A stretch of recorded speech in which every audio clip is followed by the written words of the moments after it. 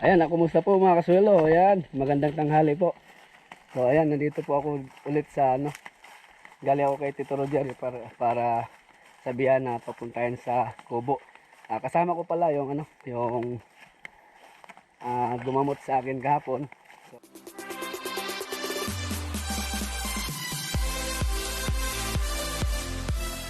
So, nagtatanong kung kumusta na ako. Ito po, sawa ng Diyos. Hindi pa ako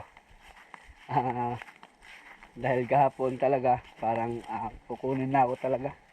Pero ngayon wala nang kalagnat-lagnat, wala na po.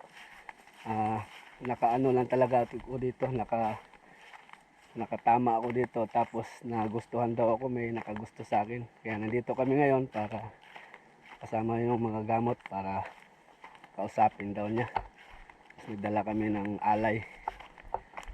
So yan. Tara, abangan po yung nandito siya, yung mga gamot.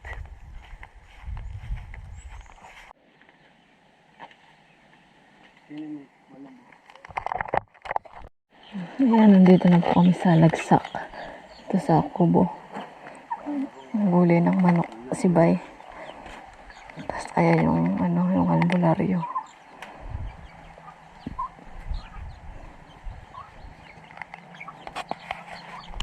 Ayan yung mga itik. Magsiswimming sila.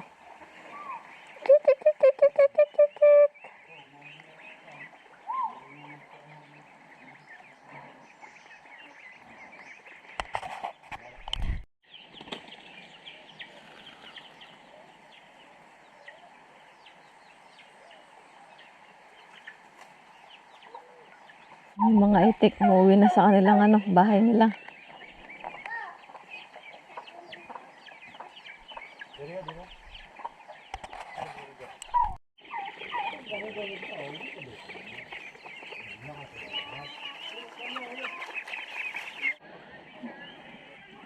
Ayan yung baboy.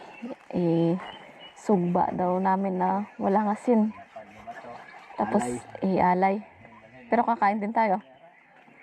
Hindi ko alam sa mga gamot kung Anong gagawin?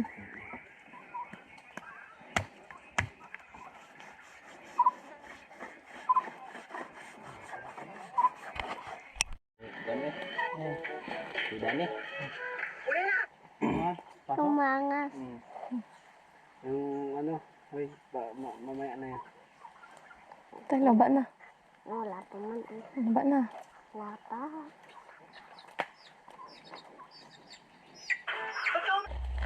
Ayan, meron din ganito si CJ. Ang pangontra. Nilagyan din siya. Ano ba ito, ma? Pangontra, para hindi lalapit ng mga masamang espiritu. Kaya. So, ayan, ito yung ialay niya. Nasa plato. May tuba, itlog na Bisaya, apple, mangga, tsaka saging.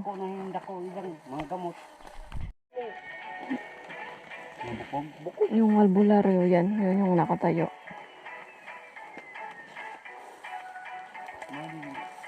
Nakita naman po kung nila yung klase ng nakita ng pinagdahan. Mauni sa ikuan, mauni sa pinong rin. Nakit dito nga mga putol ba? Aw na ha? Pinong ni daon.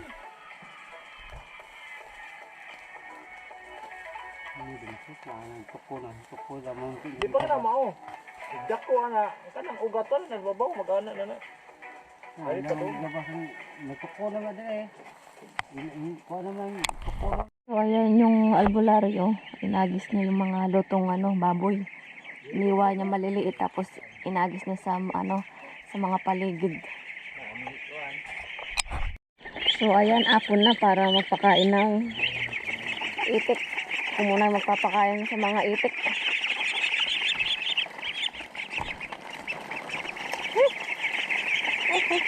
Doon. Gutom na sila. Doon nga eh.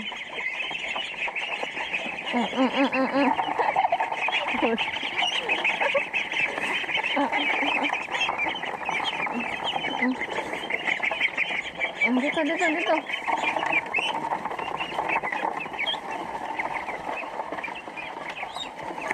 Mm. Gutom na sila.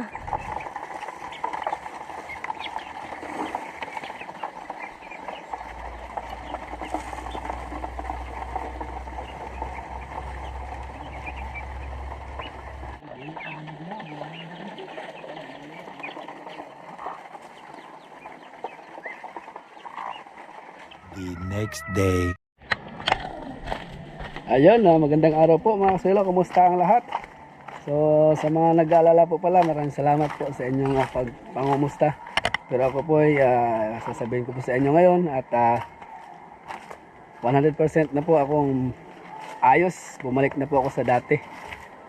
Bale, yun lang po talaga ang dahilan. Dahil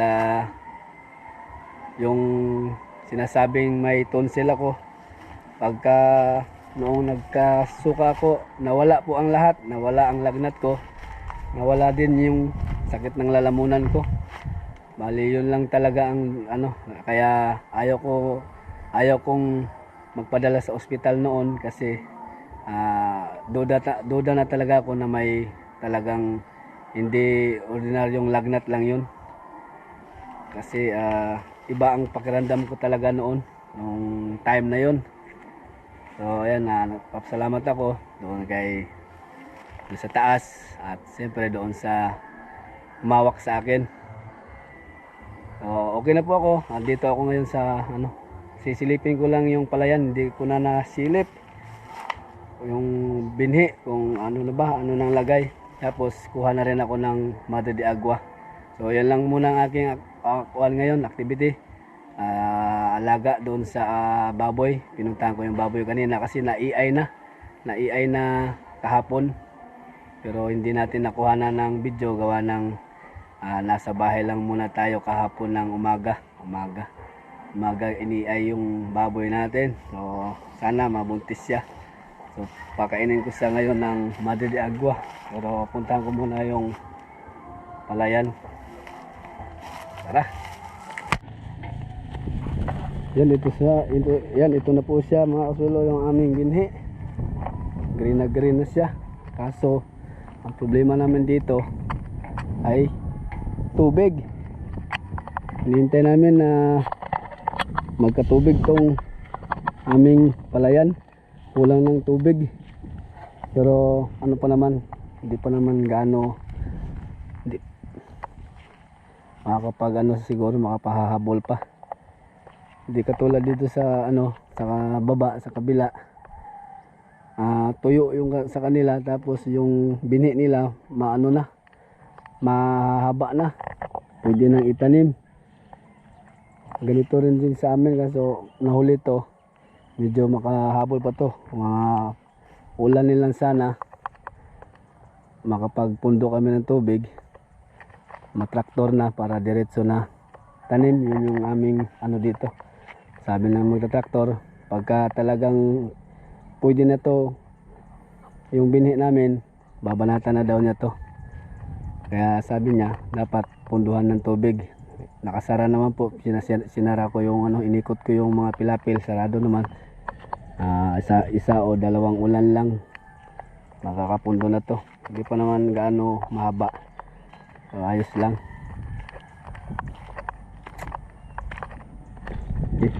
Cut muna ako sa taas para kukuha ko ng Madre de Agua. Papakain natin doon sa papamerinda natin ni Balikdik dahil naiay siya kahapon. Tapos kukunti lang aking binigay na pagkain kanina umaga kasi nga baka dapat daw konti lang habang hindi pa malaman na talagang nagbuntis siya.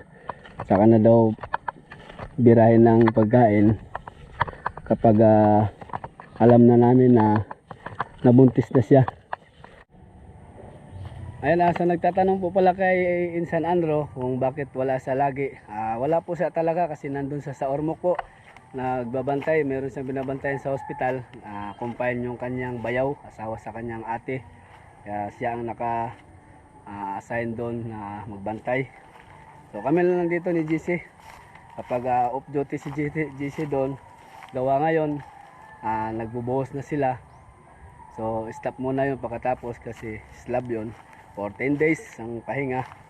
So makakatulong na si JC sa akin. Ano.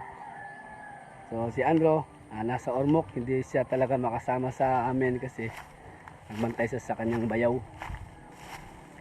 Okay. Dito muna tayo sa Madre de Agua. Tapos mamayang hapon, doon ako balik ako doon sa Itikan. At sa nangyari po sa akin pala, noong mga nakarang araw, sumakit yung aking lalamunan, tapos sobrang lagnat ko. Ayan, sila ni Mrs. gustong gusto na talagang idalhan ako sa ospital, pero ako mismo nagsabi na wag muna, patawag ko muna yung naggamot sa aking mama, saka nyo na ako dalhin noon kung anong mangyari.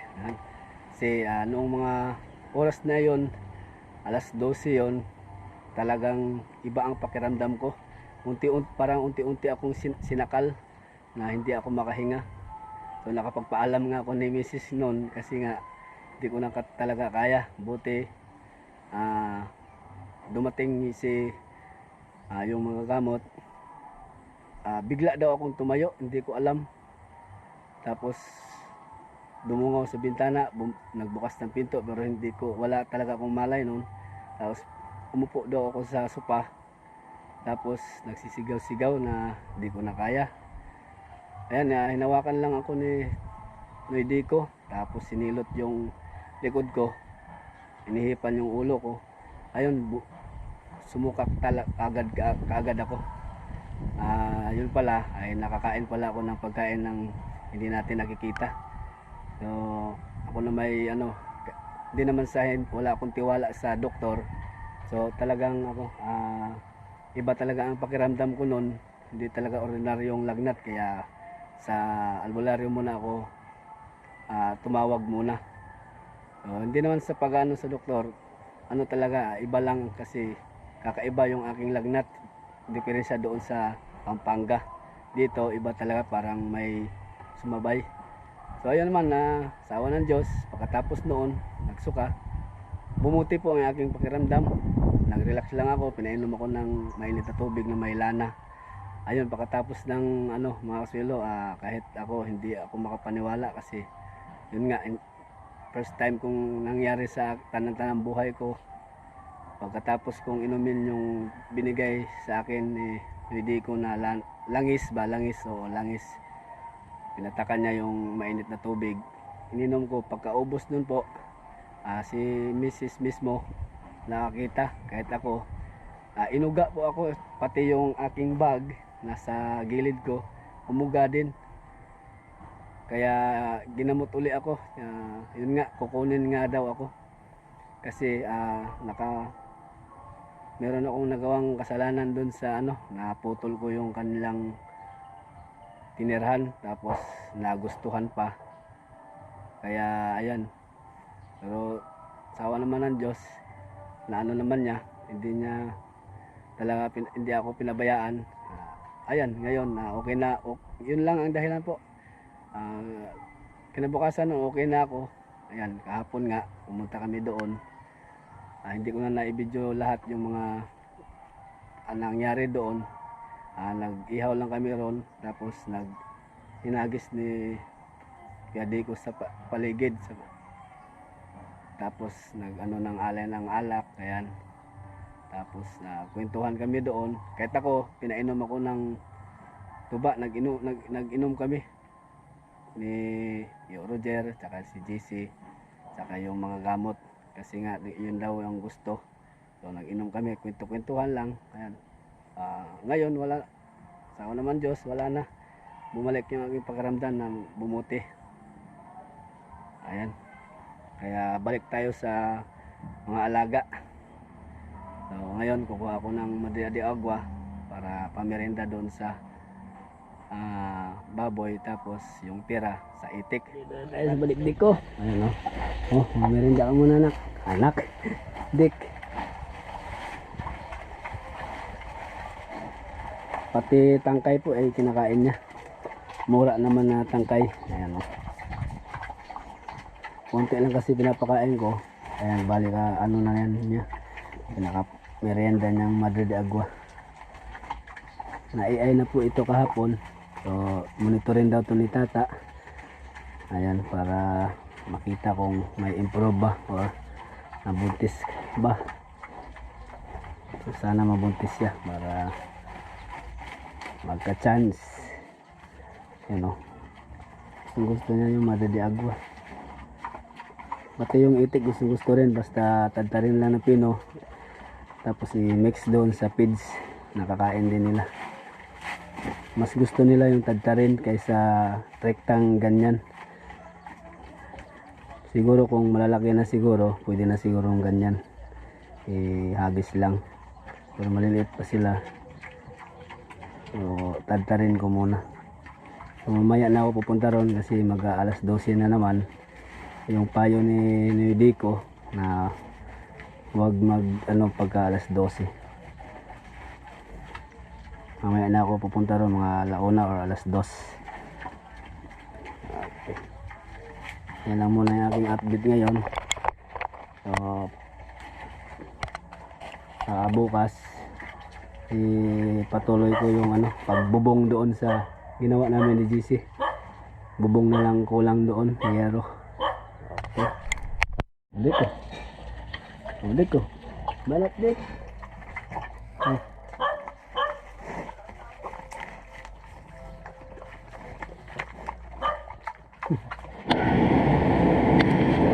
Ayan, salamat po kay Apong Ginoo at parang dininig yung aking hiling na umulan muna para makatubig yung aming palayan. Umulan. Tapos para madiligan na rin yung aking mga mani doon sa bukid. Ayan, diretso po.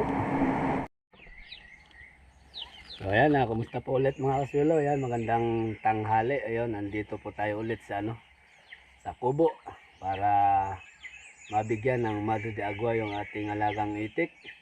So ito, tatatarin ko to ng pino, tapos ilalagay ko dito, tapos haluan ko ng sapal or pinagpigaan na nyug ba, para tipid sa konti na lang mailagay kong feeds. Kasi gusto naman nila to sapal, saka konting tinadtad na Madre de Agua. Damay na to, pati pabo sila na lahat, pati manok yun, no? Ayun lang muna po ang aking activity ngayon sa ngayong araw. Update sa pagpakain sa mga alagang hayop, tapos silipin ko ulit yung manihan kung pwede na bang damuhan. Kasi tinatanong ako sa mga tiyahin ko, kay kapatid ni mama na pumunta kanina doon si Tita Shirley kung pwede na ba daw damuhan. So sabi ko, silipin ko muna kung pwede na ba. So yan, tingnan ko mamaya. So pag-chop ko muna sila, ang mga itik natin, mga alagang hayop. Tapos yun nga, balik ulit doon para doon naman sa baboy. Siguro bukas, tuloy namin ni GC to bukas. Kung wala siyang ginagawa, papatulong ako sa kanya, lagay yung yero dito para may silungan kami din sa labas ba. Okay, let's go.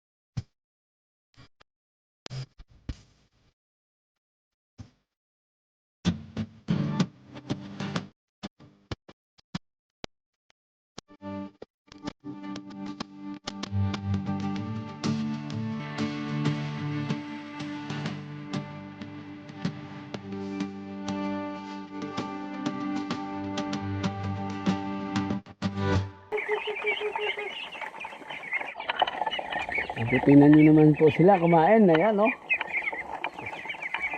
Sandali lang, naubos ng isang... Grabe. Ayan, oh. Ubos. Pati madre ni Agua, nadali rin. Ayos. Ayan, oh. Salo-salo na yung manok tsaka pabo. Nung unang lagay namin dyan, nag-aaway pa. Ngayon, okay na sila, oh. Friends na sila. Alright. Tapos dito rin yung kabila sa inahin. Yung sa inyo.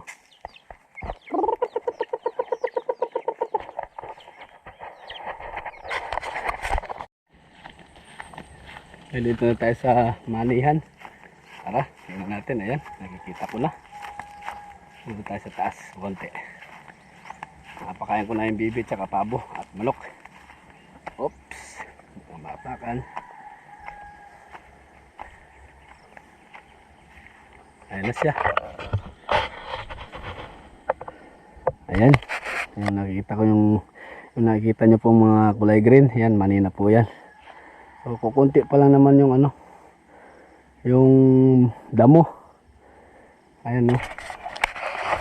Ayan siya. Tsaka maliliit pa siya. Siguro hindi pa pwedeng anuhin yan, damuhan. Mga 1 linggo pa siguro.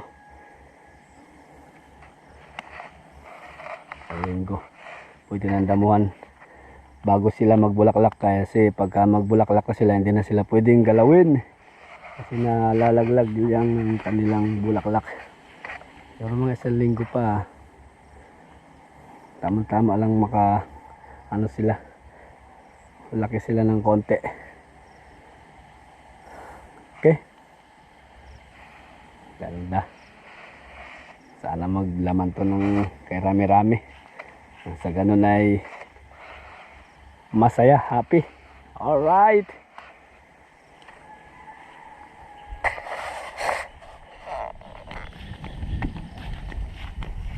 Ayan, hapon na po. Ayan, pauwi na po ako kasi galing ako doon kay Tito Roger. Binisita ko si Tito Roger. Nakipagkwentuhan. Mga ano daw to, 1 linggo pa. Pwede nang gunahin ba? Gunahin? Damuhan? Ano? Ayos. Tapos nagtanong din ako kay Tito Roger kung saan ang gabi na masarap ulamin or gulayon ba. Parang gusto kong magulay ng gabi, laing. Pero ibilad ko muna. At tinuro ako doon sa tabing sapa. Tara, punta tayo. Manguha muna ako. Tapos lagay ko muna dyan. Bukas ko na simayin. Napakain ako sa baboy. Tara.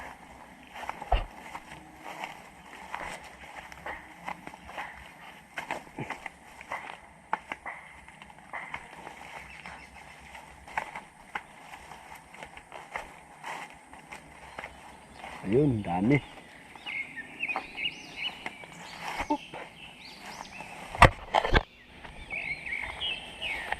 At shout out nga po pala sa lahat-lahat sa nag-advise sa akin na magpa-consult ako sa doktor. Maraming salamat sa inyong advice po. Ayan. Pero hindi na po siguro kailangan na magpa-check up po ako dahil okay naman po ang aking pakiramdam ngayon. Wala na pong sintomas or wala na, normal na. So salamat po talaga sa sa inyong suporta at sa advice. So okay na po ako, 100% na okay. Pero bukas tuloy na ang aming gawa. Siguro JC tapos na doon kami dito magbubong. Ayan, nakikita ko yung gabihan, ayan, dyan ako manguha. So bago ako manguha pala, shout out nga po pala kay Bisacano Variety Vlog. Ayan, Kuya Bart at Ma'am Ami from Australia. Ayan, salamat sa suporta, Kuya. At kay Carmel Vlogs, ayan, kang Ma'am Maria Victoria Aquino. Ayan, shout out po Salamat. At kay Ma'am Alodia M. Ayan. At kay Sir Pares Aaron. Ayan. Okay naman po ako, sir. Maraming salamat sa inyong advice. So pagka magpapacheck up din naman po ako. Pero sa tingin ko po ay hindi na muna dahil hindi na po kailangan siguro dahil okay na ang lahat. Normal na. Bumalik sa dati. Yun lang naman po talaga ang ang dahilan. Ako mismo po ang nakasaksi kasi yun nga, bigla lang nawala yung aking lagnat noon pag ko. So tara, kuha muna ako ng gabi. Gabi. Bi. Ano?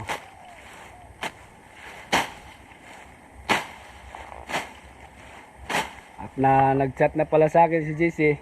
Siya na lang daw ang doon. Magpapakain ng baboy. So ayan, meron tayong oras para makuha talaga ng gabi. Yan siya. Gagawin ko nito. Sisimayan ko bukas. At ibilad. Para gawing laing. Nahugal mo ng taba-taba or kaya paro. Yun o.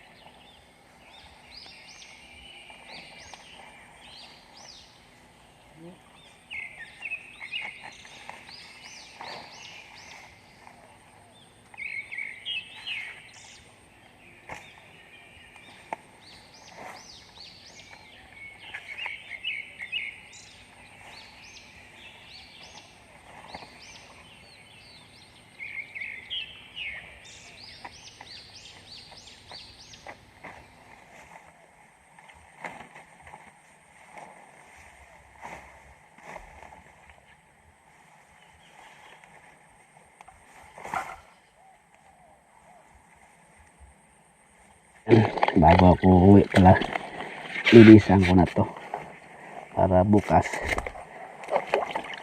pagdating ko dito wala siyang laman. Pagdating ko dito ko na, simayin ko na.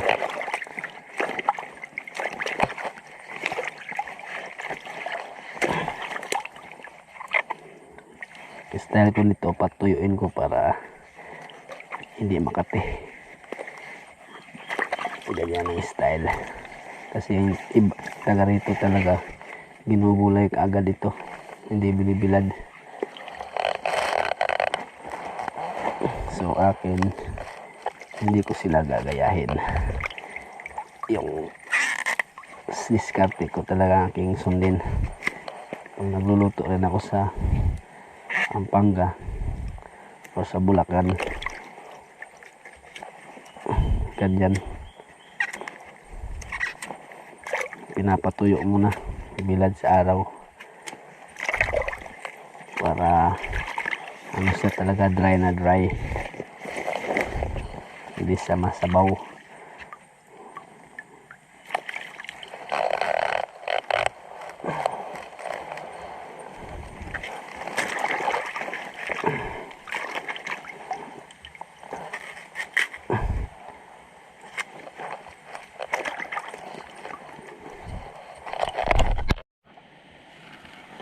So, sisimayan ko lang muna unti-unti kasi maaga pa naman pala, alas 4 pa. So nandun naman si JC na papakain. So akin habang nagpapahinga ko rito, sisimay ko yung ating laing. Ganyan lang siya.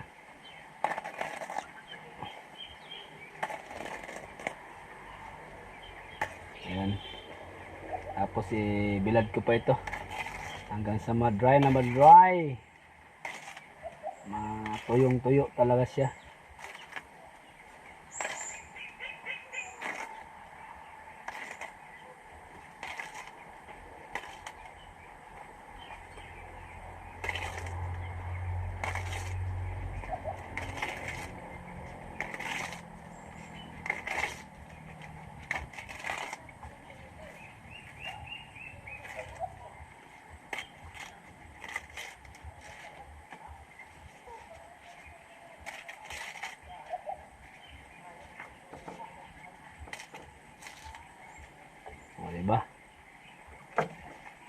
Tapos yung katawan,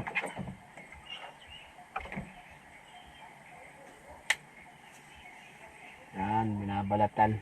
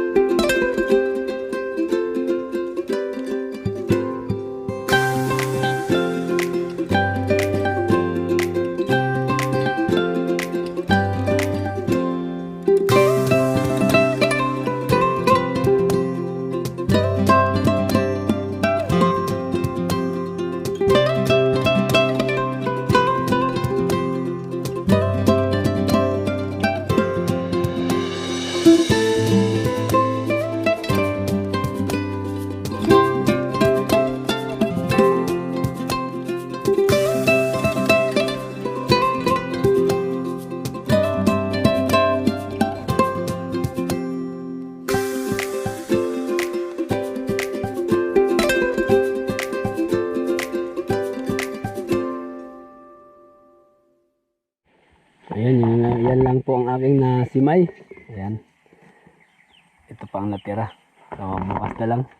Bukas ko pagpatuloy tapos diretso na bilad. At ako uuwi na. Pero may matutulog dito mamaya si Tito Roger. Siya naka-duty dito. Pagka hindi pa ako pwede. Pag pwede na ako naman dito. Unlock muna natin daw. Okay. Okay, let's go. Uwi na. Hapon na hapon. So, balo po mga kaswelo, hanggang sa muli. Magandang hapon po muli. Ayan. Salamat sa inyong pagsubaybay at sa advice sa mga payo. Ayan. Salamat po lang marami. So, ako po yung magpapaalam muna. Ayan. Kita-kita po tayo sa aking next upload po bukas sa aming gagawin ni Sir JC pagka available sa bukas. Kasi si Andrew hindi namin mahugot dahil andun nga sa hospital. So ako yung uwi na para makapagpahinga na.